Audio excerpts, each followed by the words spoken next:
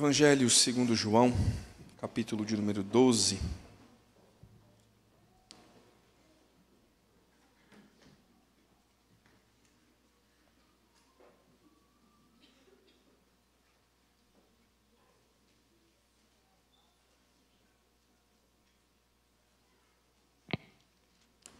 Nós vamos ler dos versos 37 a 43. João 12, de 37 a 43. Já há quase um mês interrompemos a exposição do Evangelho e a retomamos. Eu diria que já preguei uns 20, 25 sermões no Evangelho de João. Vai chegar nos 30, 40, quem sabe, até terminarmos o livro. João 12, de 37 a 43, o texto diz assim: E embora tivesse feito tantos sinais na sua presença, não creram nele, para se cumprir a palavra do profeta Isaías, que diz: Senhor, quem creu em nossa pregação? E a quem foi revelado o braço do Senhor?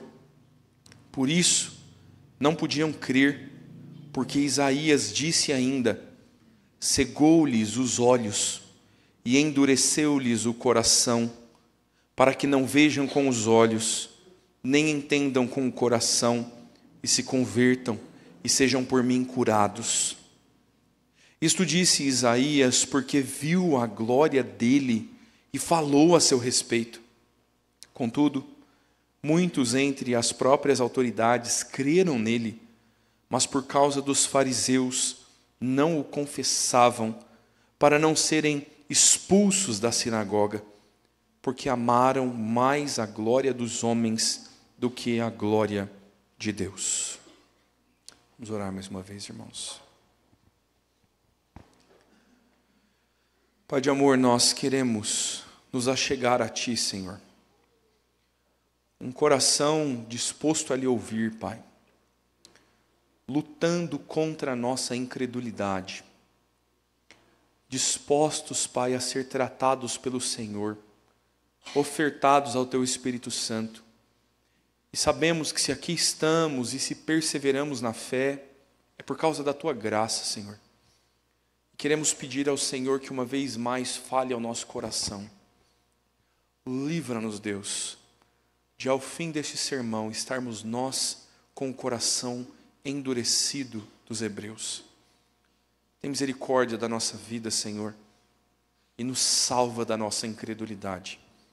É o que nós oramos, é o que clamamos, no nome de Cristo Jesus. Amém, Senhor.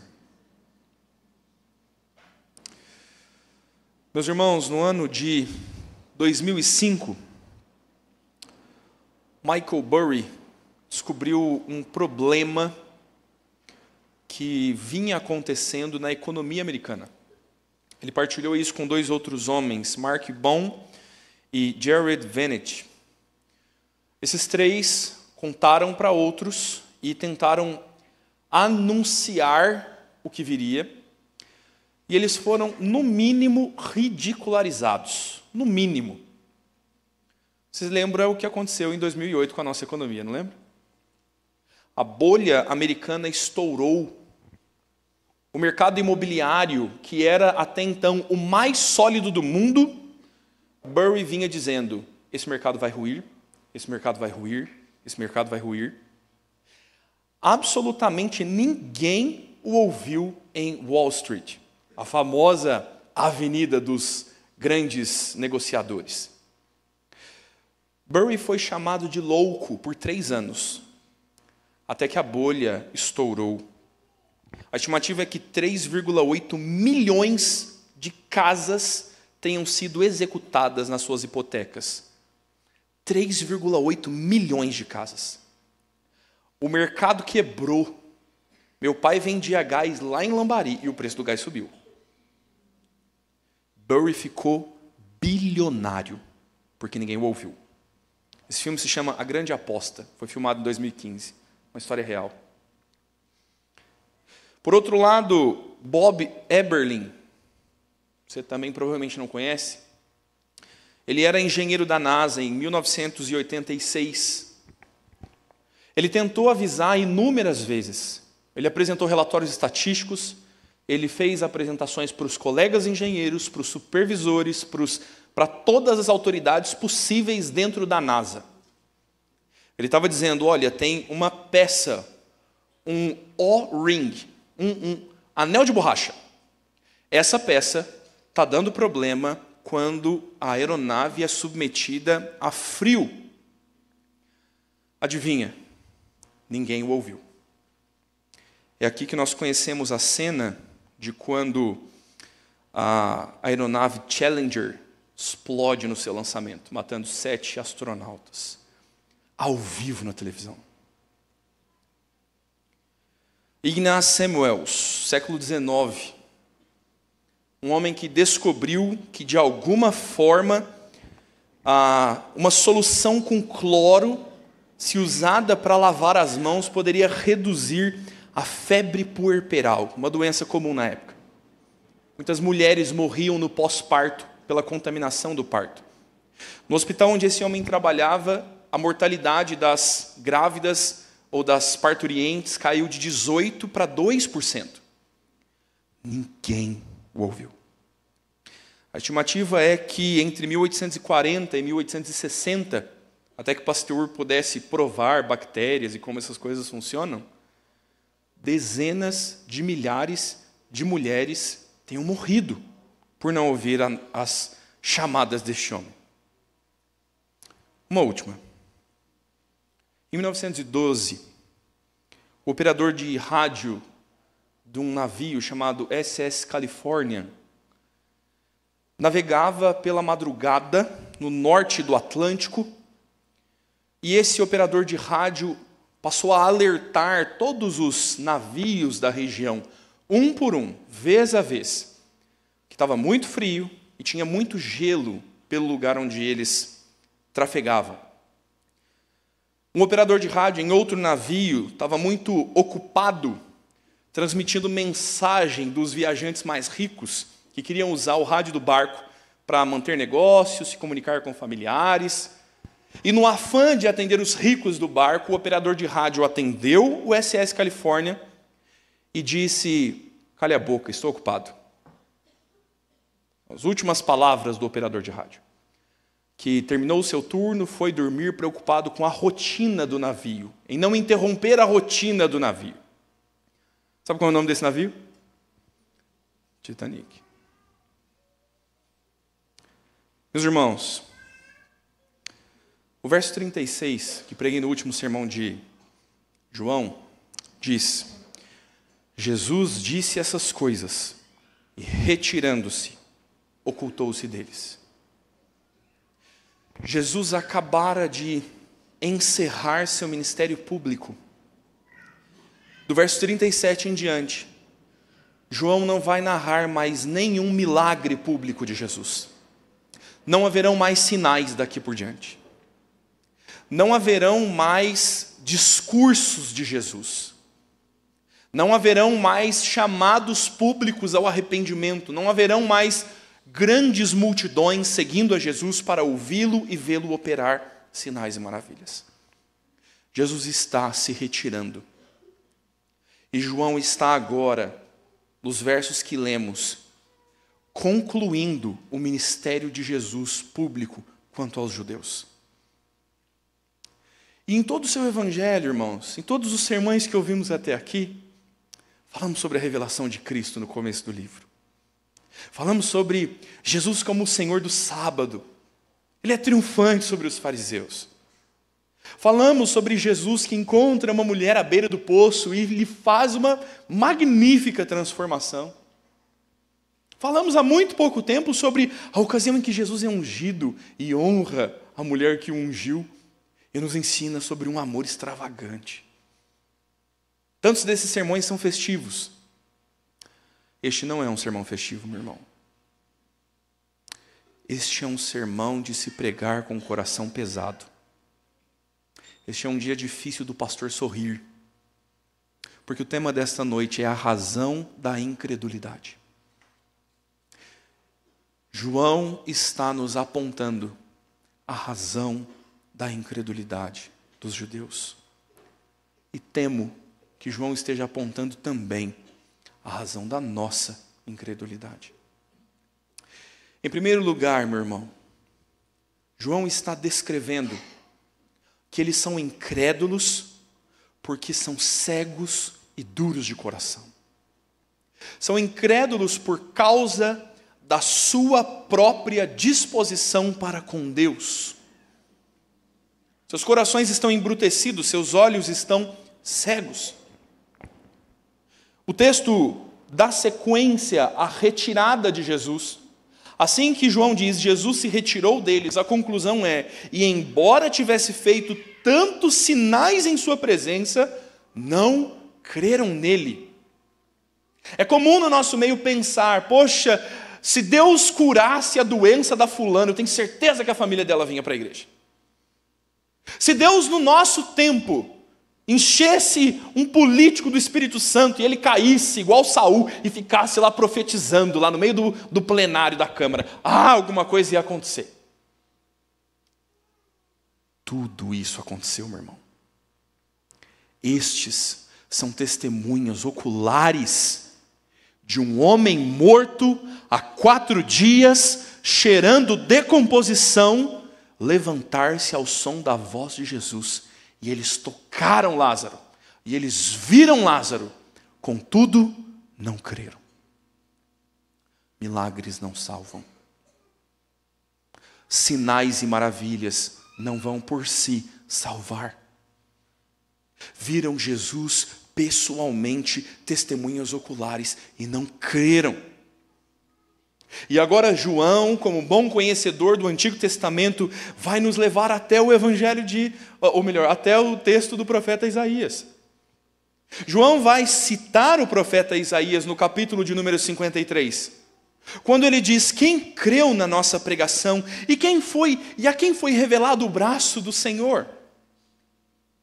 Isaías 53 está anunciando a salvação de Deus, a misericórdia do Senhor na terra que andava em obscuridade. Veio aquele que leva sobre si as transgressões, que leva sobre si as enfermidades. Mas Isaías já estava dizendo que haveria naquele tempo, e também há no tempo de Jesus, e por que não no nosso, gente incrédula, que ouve a pregação do unigênito de Deus. Jesus lhes pregou aos ouvidos. Jesus prega aos seus ouvidos pela leitura pública desta, que é a sua palavra, que é a sua autoridade registrada. A pregação não é desconhecida, ela é ouvida. O braço do Senhor, o sinônimo do poder de Deus, foi manifesto em Israel. Os israelitas viram os sinais e milagres do Senhor e continuaram duros. Agora, os judeus em Israel, nos tempos de Jesus, viram com seus próprios olhos o braço do Senhor, os milagres poderosos de Jesus, contudo, não creram. E então João diz, isto é para que se cumpra a profecia de Isaías.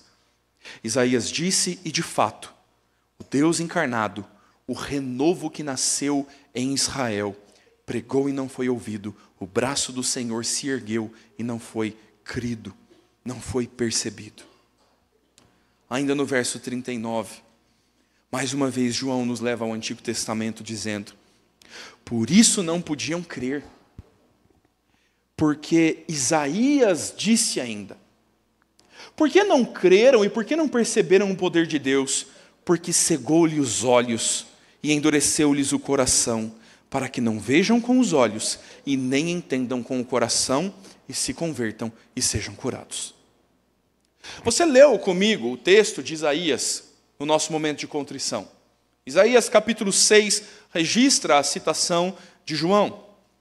E João aqui está fazendo uma paráfrase.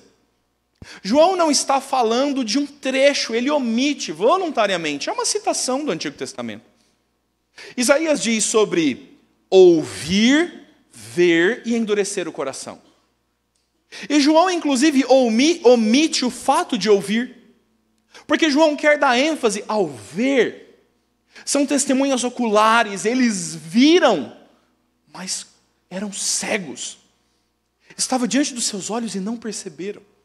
A acusação já feita pelo Senhor Jesus e já registrada por João, quando um cego é curado, e Jesus diz, mas os verdadeiros cegos, não é este cego de nascença fisicamente curado, são esses que têm o coração obscurecido.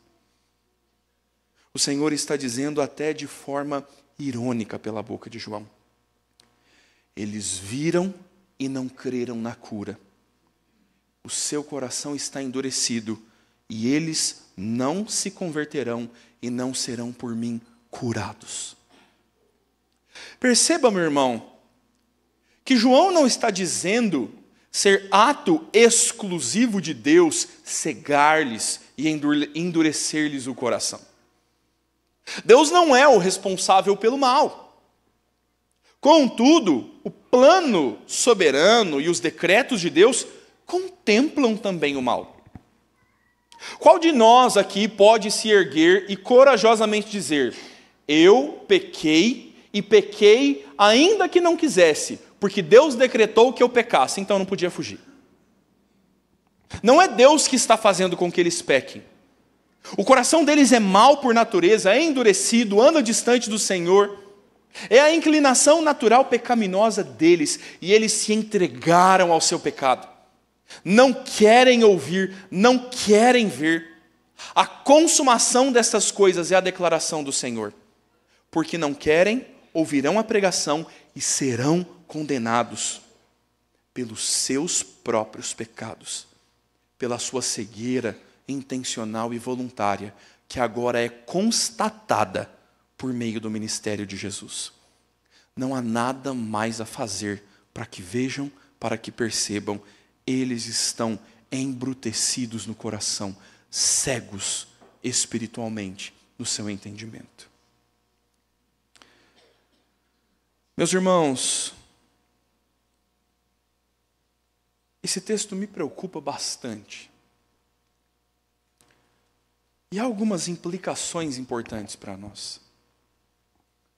Talvez a mais simples dela seja responder à pergunta que comumente nos fazemos. Surge em uma ou outra aula da nossa escola dominical. Por que os ímpios não se arrependem? Por que as pessoas não dão ouvidos ao Evangelho? Por causa da dureza do seu coração e do seu olhar obscurecido. Isso precisa mexer na forma como nós estamos pregando o Evangelho e nos relacionando com ímpios. Porque nós caímos no engano de pensar que nós poderíamos, de alguma forma, convencer alguém a vir para Cristo. Pastor, eu acho que se a gente pintasse as paredes de preto, as igrejas estão fazendo isso para convencer as pessoas. Eu acho que a gente devia adotar uma paleta de cores para a nossa igreja. Nossa, eu vi isso essa semana. A turma fez uma tatuagem coletiva dos versículos tema da igreja. Olha... Será que assim as pessoas não iam entregar o coração para Jesus? Será que se a gente tatuasse elas não iam de repente quebrantar o coração? Mas podia tatuar um demônio nas costas delas, né? Para elas lembrarem sempre do inferno e buscar a graça de Jesus. Meu irmão, o pastor não tem uma conversa mais forte que a sua. Nós somos incrédulos do poder de Deus para a conversão, porque nós estamos diante dos ímpios, prontos a evangelizá-los, e nós dizemos, ai, se o irmão diácono fulano tivesse aqui, ele ia explicar tão melhor do que eu. Não é a tua pregação do evangelho que vai fazer alguém se converter, é a graça de Cristo. Não é levar alguém ao pastor e o pastor falar de uma forma mais espiritual, fazer uma oração mais forte, pôr a mão na cabeça. Não há nada que nós possamos fazer para salvar alguém, senão pregar fielmente o Evangelho e depender de Jesus. Você não vai salvar ninguém. E você deveria estar humilhado por isso. E humildemente se voltar ao Senhor Jesus. Não como alguém desesperado por não poder fazer pelas próprias mãos, mas como alguém dependente, que sabe que o coração do ímpio só pode se converter se Deus operar com graça e transformar um coração de pedra em carne. Como você lida com aqueles que são incrédulos ao teu redor? Não viva de forma soberba, pensando que você pode alcançá-los. Não viva de forma desesperada, pensando que você jamais poderá fazer nada, porque o Senhor traz quem quer, quando quer. Nós somos mero instrumento do anúncio da sua palavra. A pregação de Jonas foi: em 3 dias Deus subverterá a cidade. Só. Ininterruptamente. E creram, foram convertidos e se arrependeram em pó e cinza. Meu irmão, por que nós somos tão incrédulos como eles? Por que nós não cremos em Jesus?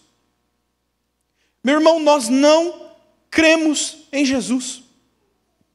O Senhor nos ensina na palavra, o Senhor nos dá prescrições claras para viver, e nós estamos o tempo todo querendo dar uma de Gideão. Ai, dá um sinal, Jesus. Dá um sinal, Senhor. Mas eu senti uma dor de barriga. Aí Deus não quer que você vá para o trabalho mesmo.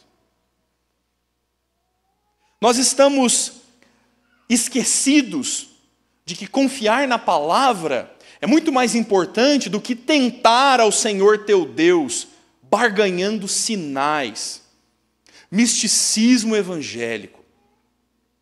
O Senhor quer que nós andemos em obediência. Você não pode clamar a Deus por revelações em sonhos, por revelações sobrenaturais, por algo que Deus faça, se você não está fazendo o mínimo, que é ler a sua palavra, entendê-la e obedecê-la. Se você não usar dos meios ordinários, porque você tenta a Deus, querendo ver Deus nos meios extraordinários. Incredulidade nossa. Nós pensamos assim. Nós nos entregamos às opiniões subjetivas do nosso coração e de outras pessoas, para justificar a nossa desobediência ao Senhor. O Senhor está requerendo de nós fé na sua palavra, fé no seu ensino. Me obedeça, ande no meu caminho, faça como eu te ensino. E nós queremos andar por outros caminhos, porque nós atendemos demais aos sentimentos do nosso coração. Quantas vezes a nossa incredulidade perante ao Senhor se baseia nos nossos sentimentos? Deus está dizendo que é o provedor da sua casa, mas você se sente inseguro e decide não crer. A Escritura está te dizendo: não andeis ansiosos. E eu nem me arriscaria a perguntar quem aqui é ansioso. Porque ainda que haja uma verdade clara, objetiva, explícita, uma fé sólida e segura em Cristo, nós atendemos a uma emoção subjetiva do nosso coração e deixamos a palavra do Senhor de lado. Deus te fala como escolher um marido na Escritura, ele é muito claro. Deus te fala sobre divórcio na Escritura, ele é muito claro. Ele te fala como amar o teu marido, como amar a tua esposa, é muito claro, muito. E nós colocamos a Escritura ao lado, porque o nosso sentimento nos diz uma outra coisa. Nós somos tão incrédulos quanto os judeus. Negamos a verdade revelada, negamos o forte braço do Senhor que está diante dos nossos olhos para fazer o que mais agrada o nosso coração. E nós cobrimos isso de: eu queria, mas eu não consigo. Você não quer. Pastor Itamar pastoreou 10 anos essa igreja dizendo: não diga que você não consegue, diga que você não quer. 10 anos os irmãos ouviram sobre isso. Não diga que você não entende, diga que você não aceita. Não é que nós não entendemos que Deus seja soberano, é que nós não aceitamos. Escolhemos não crer no Senhor, queremos crer numa outra verdade. e ainda que esteja explícito aos nossos olhos, nos negamos em crer. Deus já nos providenciou 1, 2, 5, 10 vezes socorro oportuno. E na 11ª que nós somos provados, caímos na tentação e pecamos contra o Senhor. Estou falando do meu coração, meu irmão. Saí daqui ontem da igreja, falei, vou pegar fralda, comprar fralda. E tem que comprar da cara que é para dormir, se a barata vaza de noite, a barata é só durante o dia. 2 pacotão, 2 não, peguei 1 pacotão de Pampers. Na etiqueta, R$118. E caminhei como cordeiro para o matador. Falando, por que, Senhor, que tem que custar R$2 a tira, enquanto a outra custa R$1 a tira? Quando eu botei no caixa, a moça bipou. Põe seu CPF. R$ 79,90. Espera que eu vou pegar mais um. E põe 2 pacotes de fralda nas costas. E dirige para casa dizendo, Senhor, perdão, por quantas vezes procuro em vão o que só encontro em Ti. Perdoa minha incredulidade, Senhor, de esquecer que é o Senhor o sustentador da minha casa. E se o Senhor não pôr na conta, o Senhor vai descontar na farmácia. Eu nem perguntei do que era o desconto, meu irmão. Só o crédito, por favor. Nosso coração é incrédulo.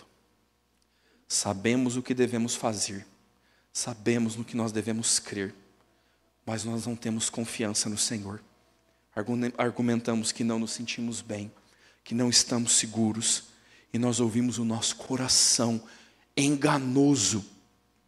Quando a Bíblia está nos dizendo que a fé é a certeza do que se espera e a plena convicção de fatos que se não veem. A Escritura nunca nos disse que fé é sentir segurança, que fé é sentir-se confortável, porque certamente Abraão não esteve saindo de Ur dos Caldeus. Certamente Moisés não esteve caminhando de volta para a terra onde fugiu para não ser condenado por assassinato. Certamente conforto não é a palavra que descreve o povo de Deus às beiras do Mar Vermelho. Confiança talvez não seja uma característica própria de Noé ao ver começar a chover. O famoso Gideão que nós citamos, muito menos. Um medroso, um covarde que esmagava uvas no lugar do trigo, com medo de ser roubado. Meu irmão, a Escritura está nos chamando para ouvir as verdades objetivas da palavra e crer no Senhor. Se você não decidir crer no Senhor, se você não exercitar a tua fé, qualquer experiência que te acontecer não vai te dar mais fé. Deus pode te curar, Deus pode operar um milagre, Ele pode te dar os bilhões do mercado imobiliário, como fez em 2008 com aquele carro. Deus pode fazer qualquer coisa. Se o teu coração não mudar, você será como os judeus. Um coração endurecido, apesar de ver grandes maravilhas de Deus. O medo pastoral é esse. Viram Jesus e não creram por um coração duro. Se nós não mudarmos a incredulidade pecaminosa do nosso coração, Jesus vai passar diante dos nossos olhos e não o veremos como fizeram aqueles homens. Mas há ainda uma segunda explicação, meu irmão, que João dá para a incredulidade daquele povo. João diz que há um coração duro, ouvidos fechados, e não percebem a Jesus. Mas talvez até em algum momento percebam. Porém, eles são amantes de uma glória humana. Permanecem na incredulidade porque têm os ouvidos fechados e o coração duro. Mas também porque eles amam a sua própria glória. Amam demais a si mesmos. Amam demais a glória humana. O texto de João nos relata que Isaías disse essas coisas porque ele viu a glória de Deus e falou a respeito. É curioso que João está nos destacando como Isaías foi fiel. Se a grande questão é sobre ouvir e crer, se agora o que ele vai falar é desse crer com o coração e confessar com a boca, ele está dizendo, Isaías não foi alguém de olhos fechados, Isaías percebeu o Senhor. Ele viu Jesus. Isaías viu Jesus? Viu! Ai, que heresia! Capítulo 52, capítulo 53. Isaías é um profeta que descreveu a obra do servo sofredor. Isaías narrou todo o ministério de Jesus, suas características, seus feitos, sua obra, sua glória. Isaías falou da humilhação de Jesus, sendo morto e transpassado pelos pecados, mas Isaías também falou de um Cristo que está agora exaltado, que recebe os frutos do seu penoso trabalho. Isaías contemplou a Jesus ainda como quem olha por um espelho, não o conheceu face a face.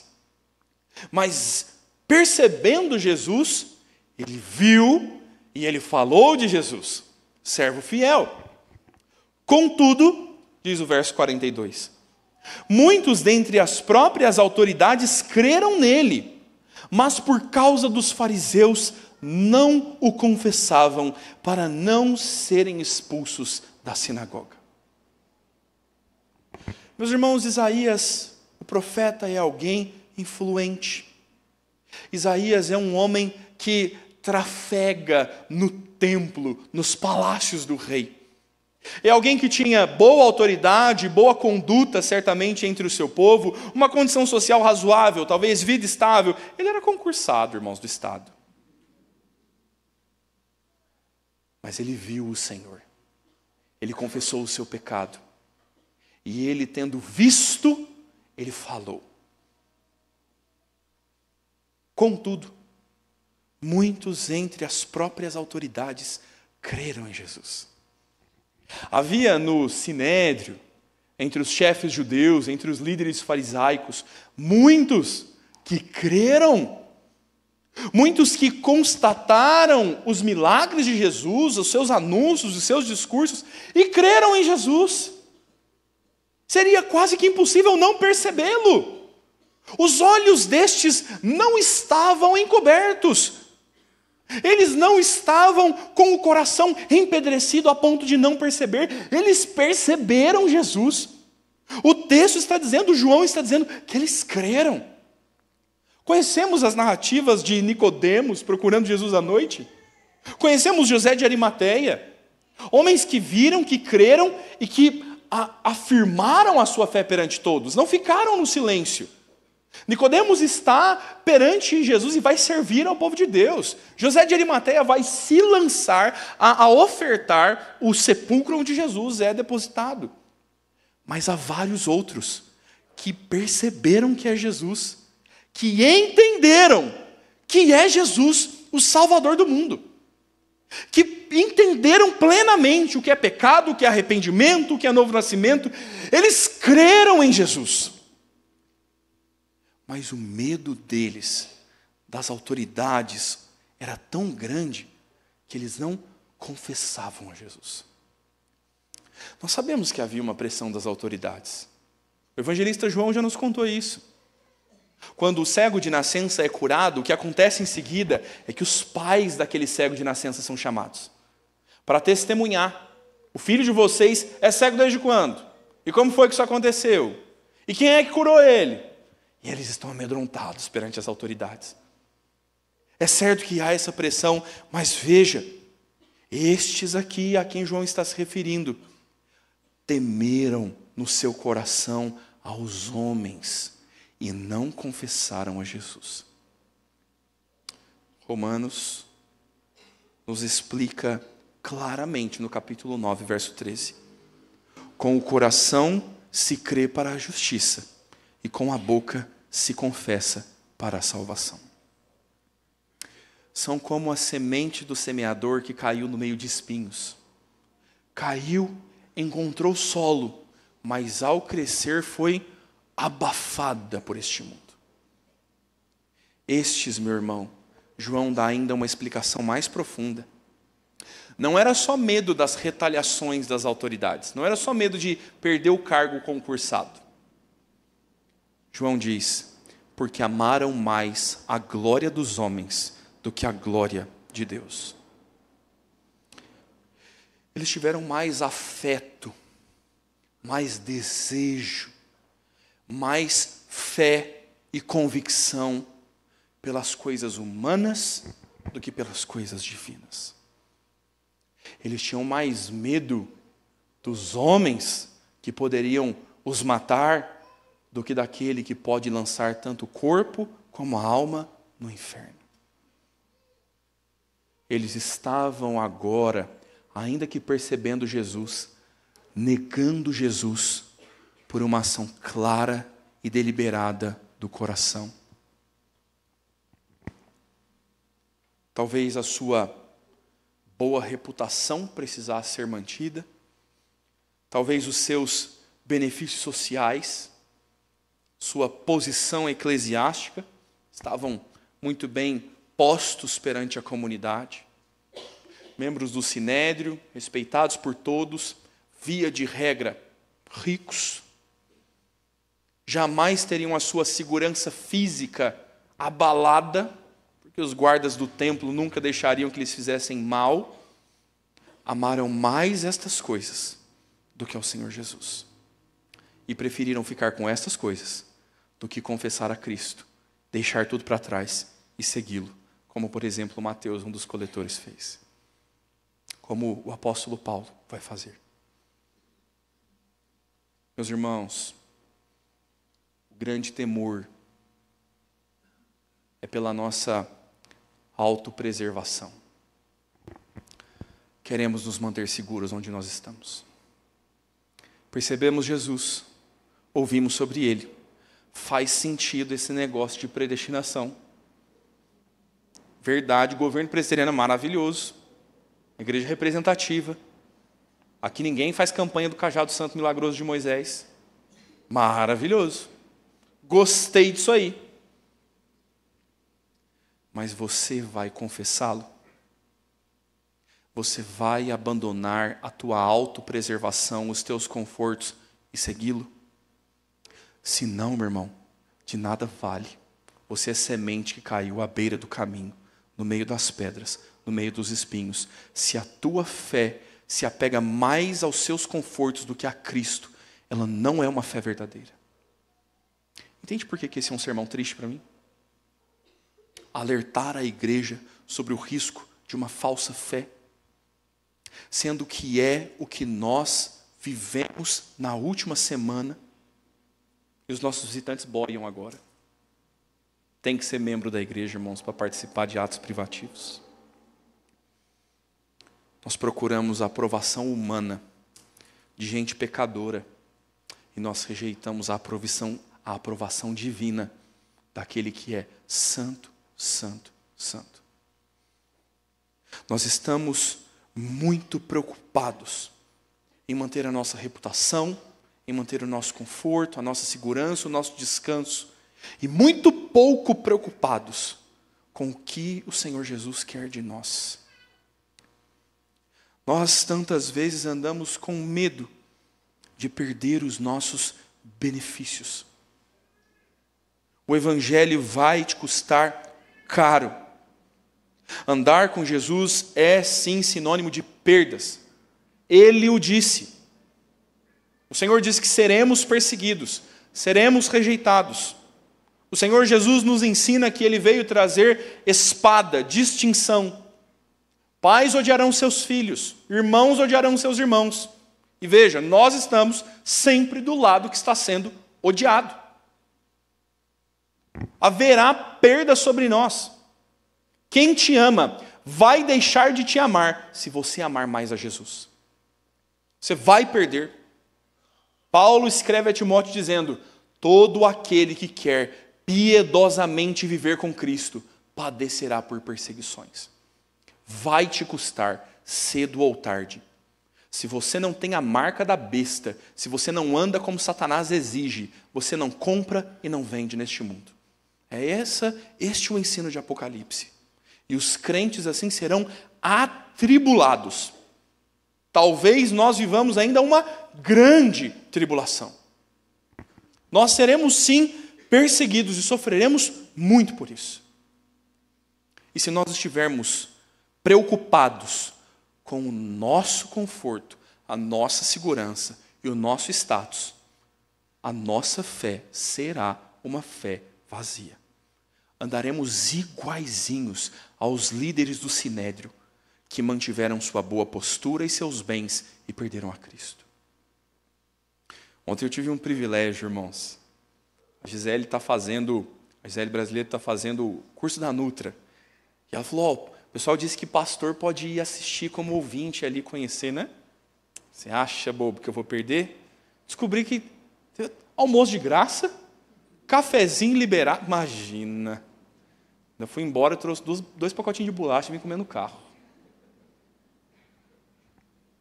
O reverendo Jairo, ontem, falando sobre as questões do coração, contou uma história muito significativa sobre isso.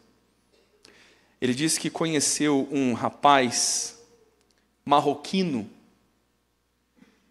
e que esse rapaz, no seu país de origem, era uma espécie de um príncipe, sabe? Pensa num sheik. Um homem poderosíssimo e podre de rico. E esse homem foi convertido ao Evangelho. Esse homem conheceu Jesus. E o reverendo Jairo o conheceu aqui no Brasil, já convertido. E esse rapaz contou para ele que, na sua conversão, quando ele assumiu, confessou publicamente a Cristo, e disse para sua família que ele era agora um seguidor de Jesus de Nazaré, na manhã seguinte, ele acordou sozinho em casa. Toda a família dele foi embora na calada da noite. Ele foi abandonado por todos. E o pai dele retirou o nome dele do testamento. E o reverendo Jairo disse que, enquanto conversava com ele, começou a pensar sobre isso. Porque agora ele estava no Brasil, vivendo uma vida muito brasileira. Coitado, esse pobre ia ter saído lá do Marrocos para pagar imposto aqui. E ele estava trabalhando agora aqui, treinando missionários para o Oriente Médio. Alguém melhor? E o reverendo Jairo disse que perguntou para ele assim, olha, mas o que você perdeu, o que você abriu mão assumindo Jesus, não é pouca coisa. Sim, nós não estamos falando de uma casa, um carro de 100 mil, né? Um apartamentinho em Guarulhos, 30 metros quadrados, 850 mil. É que custa um apartamento na nossa cidade, né? Ele falou, olha, ele abriu mão de alguns milhões de dólares. É alguém realmente rico.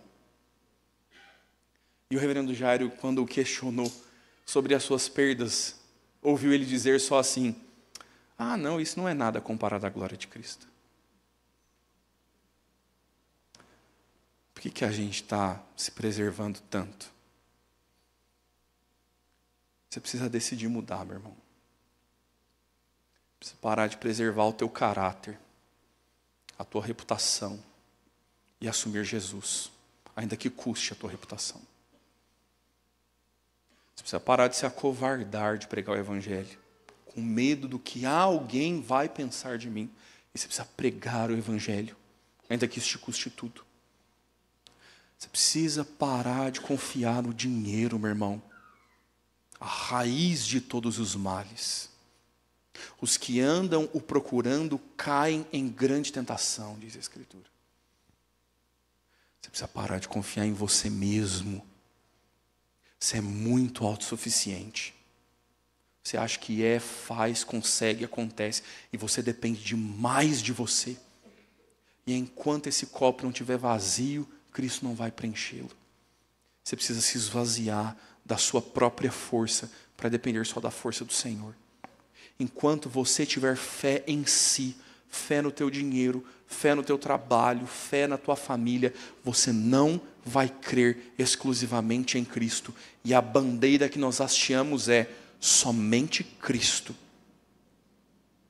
Nós precisamos mudar o nosso coração, meu irmão.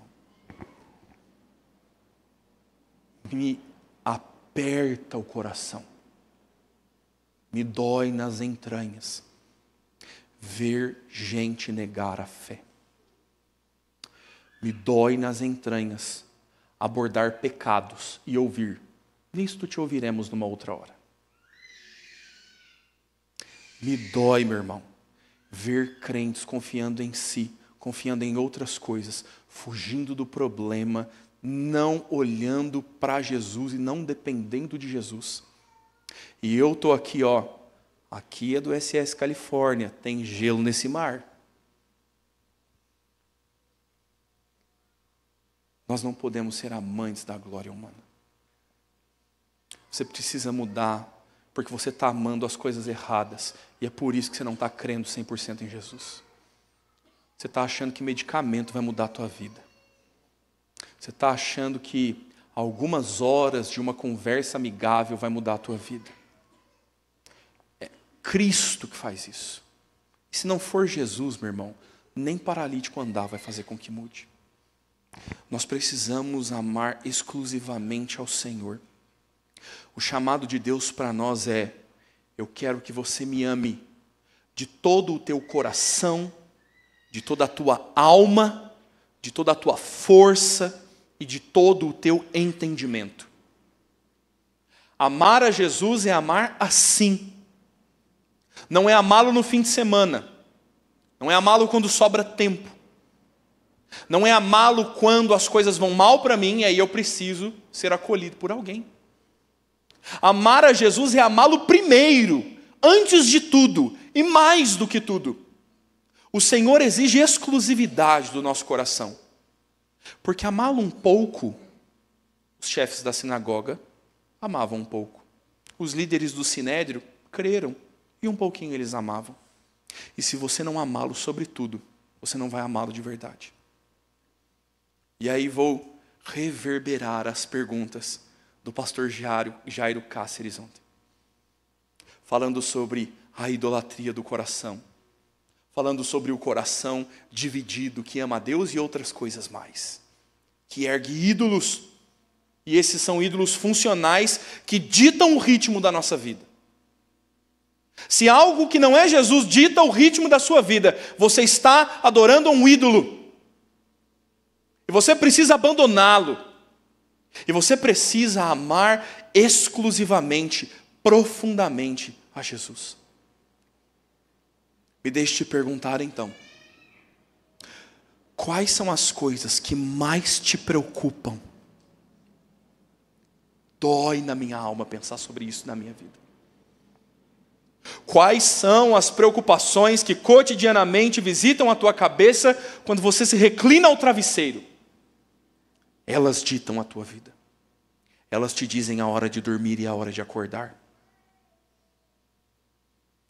Quais são as coisas sem as quais você não vive? Nós não estamos falando da coquinha gelada, meu irmão. Ai, pastor, que bom. Ai, eu gosto da coquinha. Nós estamos falando dos elogios. Eu não vivo sem elogios. E se não me elogiar, o beiço cresce. O coração endurece. Por que você não vive sem segurança? Qualquer coisinha que te deixe inseguro, você morre e se desespera. Porque você quer ser sua própria segurança e dar segurança para si mesmo. Por que você não vive sem dinheiro, meu irmão? Por que você luta tanto pela sua honra e para provar o seu valor para os outros? Ninguém está te pedindo isso. Ninguém está te pedindo. E o Senhor, que é quem tem que saber, já sabe que você não tem valor nenhum. E Ele te amou assim. Por que nós não vivemos sem essas coisas? Quais são as coisas que nós mais queremos ganhar? Às vezes o ídolo é uma lava-louça mesmo, meu irmão. Você acha que se você trabalhar muito e ganhar muito dinheiro e puder fazer uma cozinha planejada, então a sua vida será melhor. E você acredita que uma cuba de inox, que um armário não descascado vai trazer paz ao teu coração. Você consegue perceber o quão vaga é a nossa esperança. Às vezes, meu irmão, a gente acha que um iPhone vai fazer a gente feliz. A gente vai se matar para uma viagem de praia e vamos nós para a praia ser infeliz e preocupado. Meu irmão, quais são as coisas que você mais luta para evitar? Pastor, aconteça o que for, se não for isso, está tudo bem. Seu ídolo. Seu ídolo. Eu passo por qualquer coisa nesse mundo, mas se Deus me tirar um filho, eu morro. É Raquel. É Ana. Dá-me filho, senão eu morro. Nós não vivemos sem Jesus. O resto. Jó perdeu todos os seus filhos. E a sua confissão foi: eu te conhecia de ouvir falar, agora os meus olhos te veem. Coisas maravilhosas demais para mim. Alguém que perdeu todos os seus filhos. O que você tem medo, meu irmão? Do que você tem medo? Porque essas são as coisas que vão ditar a tua vida. Afinal, o que você mais ama? O que é que preenche o teu coração? Onde é que você procura satisfação, alegria, segurança? Se não for genuinamente Jesus, você está vivendo em idolatria. Você está crendo sem crer. Você diz que crê, mas não o confessa. E não vive uma vida piedosa, curvada a Cristo.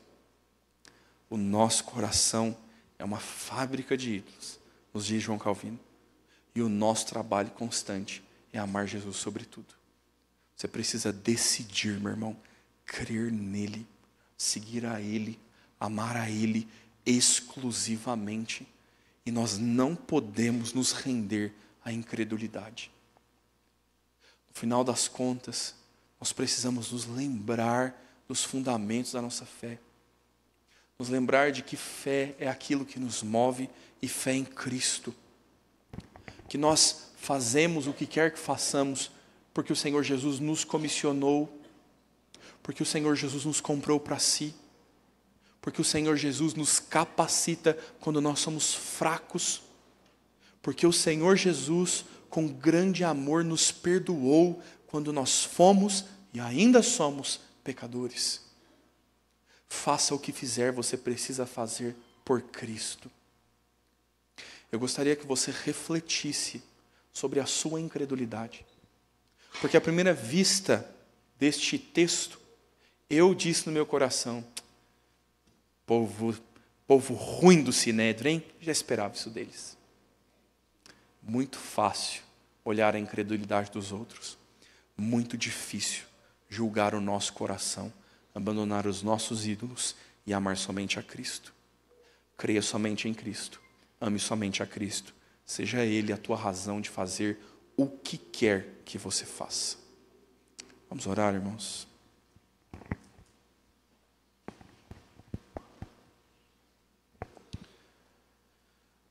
Pai de amor e graça, nós queremos mais uma vez nos achegar ao Senhor, Deus. Mais uma vez nos colocar perante o Teu trono, cientes de que estamos às margens de um Deus santo, santo, santo. E, Senhor, o nosso coração se enche de temor verdadeiro pelo Senhor, Pai.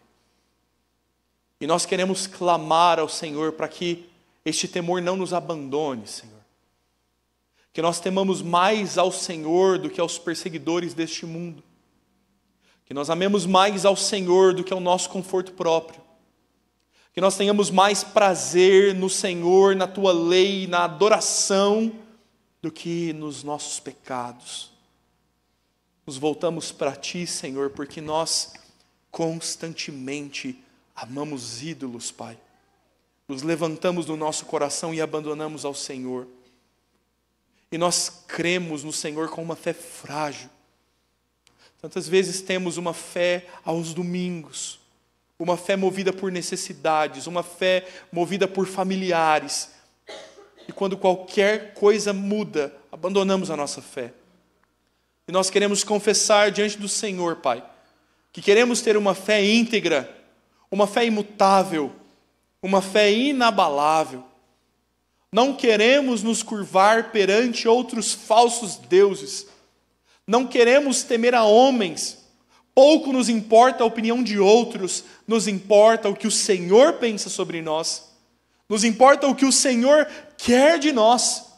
E ainda que percamos tudo, Pai, que não percamos ao Senhor, que não deixemos a fé. Persevera em nós, Senhor. Nós somos fracos. Quando nos vemos fortes, somos fracos. E se o Senhor, por graça, não nos der a fé como dom de Deus, nós não perseveraremos. Mas se nós pudermos confiar em Ti e uma vez mais clamar, dá-nos fé verdadeira. Enche-nos de convicção do que não vemos. Dá-nos fé para crer na Tua palavra e obedecê-la, ainda que nos custe caro. Nos dá fé, Senhor, para andar com fidelidade e temer ao Teu nome em todo o tempo. Clamamos, Senhor, para que haja verdadeira fé no nosso coração e que sejamos contados entre os vencedores. Que sejamos contados entre os perseverantes. Que adentremos ao reino da glória com um coração cheio de fé para vê-lo face a face. Oramos, Deus, pela Tua graça sobre nós. É o que clamamos com fé, no nome de Cristo Jesus. Amém, Senhor.